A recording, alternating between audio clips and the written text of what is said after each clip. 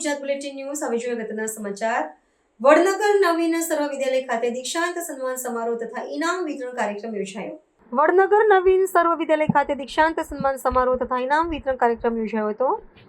દીપ પ્રગટાવીને કાર્યક્રમની શરૂઆત કરી હતી. ધોરણ 10-12 વિદ્યાર્થીઓએ કારકિર્દી માટે આગળ વધે તે માટે આશીર્વાદ આપ્યા હતા. તેમાં ગુરુ અને શિષ્યોને એક તાતણી તાલ મળે એટલે વિદ્યાર્થીઓ આગળ વધે અને શાળા, સમાજ, કુટુંબ, ગામ, તાલુકા, જિલ્લા, દેશ ઉચ્ચ સ્થાન પર લઈ જાય તેવી ગુરુજનો આશા રાખે છે. આ પ્રસંગે શાળામાં અભ્યાસ કરીને આગળ વધી રહ્યા છે તથા અભ્યાસ કરે છે તેવા તેજસ્વી તાલાઓને પ્રોત્સાહિત ઇનામ આપ્યું હતું.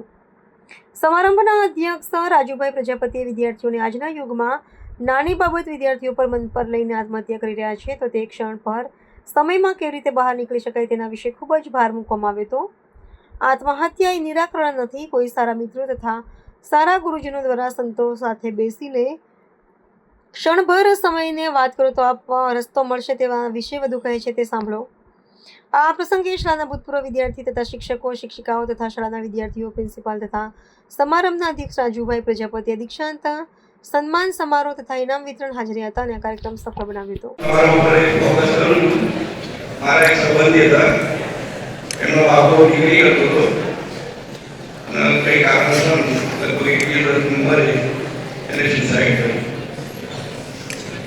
મારે તમને એ વિશે વાક્ય કરવા છે કે કોઈ પણ પરિસ્થિતિ હોય તો ખરેખર ખોટું છે બેસો નહીં. તમારા નજીકના કોઈ પણ મિત્ર હોય, બે મિત્રો એવા રાખો કે આપણી કોઈ પણ પરિસ્થિતિ હોય તો આપણે કહી શકીએ કે ના આનંદ કહેવાય એનાથી રસ્તો મળશે.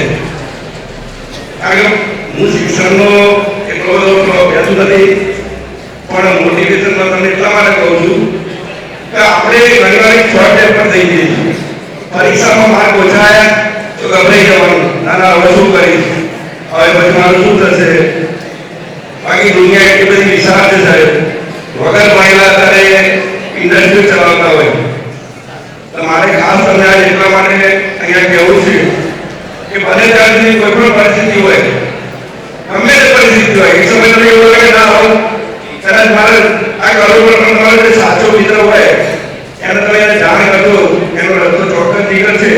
કારણ કે તમે તમારી ઉંમર પ્રમાણે તમારા મા બાપે તમને કેટલા મહેનત કરીને આટલા મોટા કર્યા હોય અને તમે એક સામાન્ય બાબતમાં જ્યારે આવું ખોટું કરો ત્યારે મા બાપ પર કેટલી અસર થાય એ વિચારજો.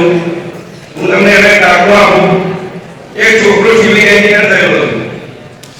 સિવિલ એન્જિનિયર થયા પછી એના એક સગાઈની વાત આવી તો એ સગાઈની વાતમાં છોકરીએ છોકરાને રિજેક્ટ કરી દીધું.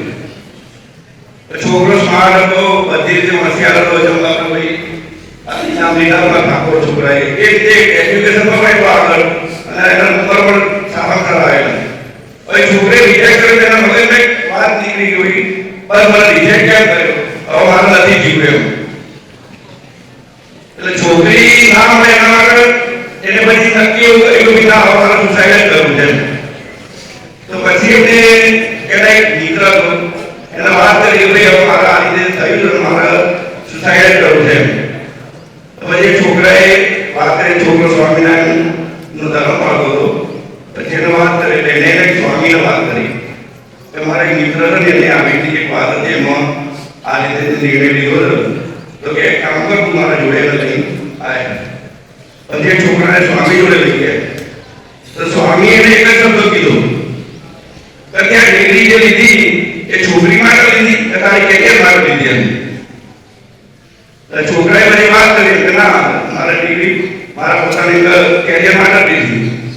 તો તું તારી કેરિયર બનાય પછી છોકરી આપવા આવશે એમ. એટલે કહેવાનો મતલબ એવો છે કે કોઈ સાચા મિત્રને જો તમે મળશો તો એમાંથી રસ્તો નીકળશે. એ છોકરાએ સાહેબ રત્ના નિયમમાં અરજી કરેલી અને એમાં સિલેક્ટ થઈ ગયો. સિલેક્ટ થયા સારામાં સારી પોસ્ટ આવી. જે છોકરીએ રિજેક્ટ કર્યો એ છોકરીનું માર્ક એના જોડે. એટલે કહેવાનો મતલબ એવો છે કે પહેલા તમે તમારી કેરિયર બનાવો. કેરિયર બનાવો તો એના ઉપરથી તમને બધું મળી જશે અને ના બની કોઈ ટેન્શન કરવાની જરૂર નથી. મેં ધારો કરી દીધું હું 35% પાસ છું.